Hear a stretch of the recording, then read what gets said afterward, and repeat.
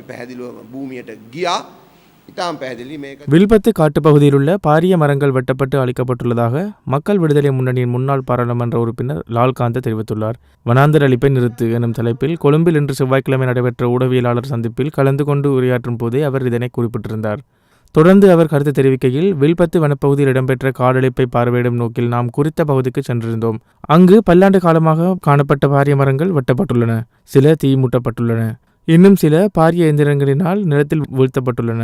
இவ்வாறு வனப்பகுதி அழிக்கப்படுவதனால் எமது சந்ததிக்குத்தான் பாரிய ஆபத்து நேரிடும். இது குறித்து ரிஷாட் பதியுதீனிடம் கேட்டபோது, குறித்த பகுதியிலிருந்து கடந்த 1990ஆம் ஆண்டு வெளியேற்றியிருந்த மக்கள் மீள குடியேறி வருகின்றனர்.